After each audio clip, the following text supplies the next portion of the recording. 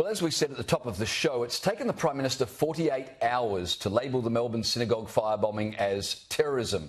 And by the time he visits on Tuesday, it'll be 4 days after the attack. We're joined by One Nation Senator Pauline Hanson. Pauline, thanks for joining us. What do you think about Anthony Albanese taking 2 days to declare it a terror attack, 4 days before he'll actually visit the scene of the firebombing? This doesn't look like leadership to me. It's definitely not leadership, and it's disgusting that he's taken so long to declare it as a terrorist attack and to visit the synagogue. Look, I feel very much for the Jewish people, which I've stated on the floor of Parliament. They're Australians, and to be treated that way in this country is disgusting. And also for the Prime Minister, as I have said, to allow these protest rallies to go on in the thousands on the streets against Israel is wrong. It should never have been allowed to happen. Anthony Albanese has failed the people of Australia, this case the Jewish people. Who's next? He has not shown true leadership to actually rein it in and the problems that we have. Lydia Thorpe addressed a rally today where she was quoted as saying in relation to Benjamin Netanyahu, we need a citizen's arrest of that murderer. Netanyahu has a dollar sign on his head and it's time someone put him away for good. There are war criminals in my workplace who sit on their hands and pretend they're there for the people. Senator, we've just been speaking about a firebombing of a synagogue. Is that sort of language appropriate, saying that there are war criminals in her workplace?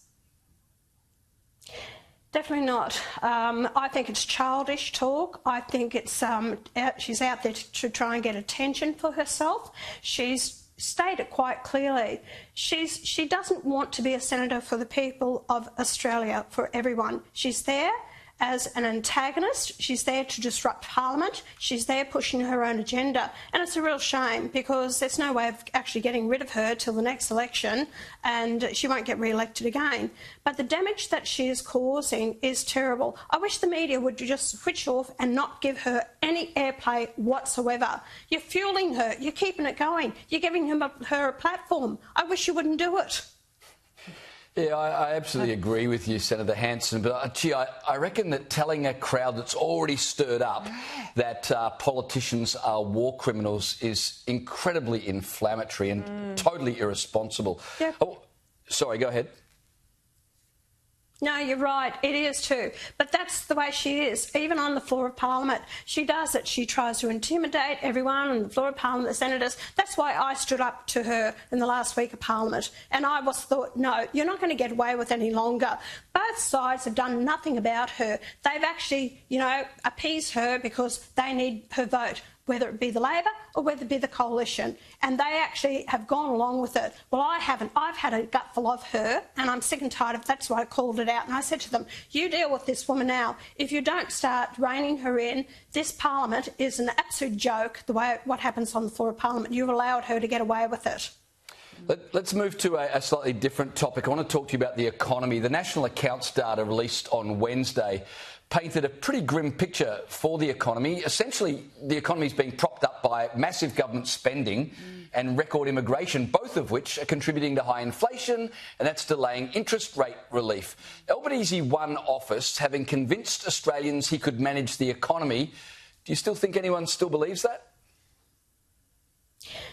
Look, if they do believe that, they've got their heads buried in the sand and maybe they're one of these public servants that he's given a job to, paying them an exorbitant amount of money, allowing them to work from home, not putting the work and effort in, no productivity. So, yes, they're going to be the ones that support Anthony Albanese. But when you look at the other side of the coin, the people out there, small business, the farming sector, aged pensioners, all these people who are struggling, they're actually feeling it tough.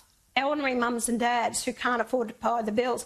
I did a bit of grocery shopping for myself, and there's only two of us here. And the whole fact is, I know what I paid at that checkout, and I just shake my head and I'm thinking, how can families afford this?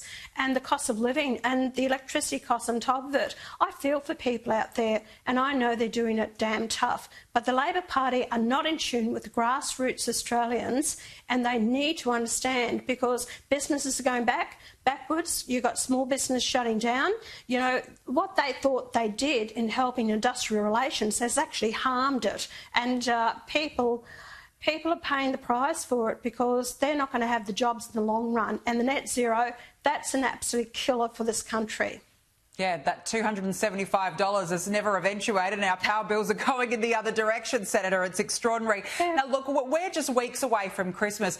We wanted to ask you, have you got a message for Australians this festive season? Danica, what's dear to my heart is about family law, and, you know, parents that have split up for whatever reason, you know, you find that, you know, no longer suited to be together. But it's the children that I'm concerned about, because, you know, sometimes you split up, OK, you might have your differences, but don't let the children be the pawns in this. Let the children see the other parents. Let the children see the grandparents as well.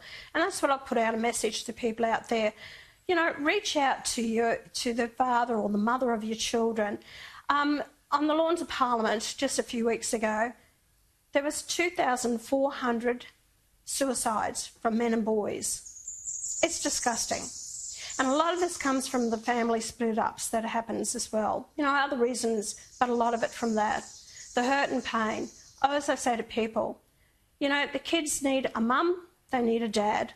And it's been nice if people can just pick up the phone, speak to the loved ones, allow your kids to see the other side, let them see their families, let them see the grandparents. And that would be the spirit of Christmas, and that's what I encourage everyone. Yeah, really well said, Pauline Hanson, really well said. Thanks for your time tonight. My pleasure, thank you.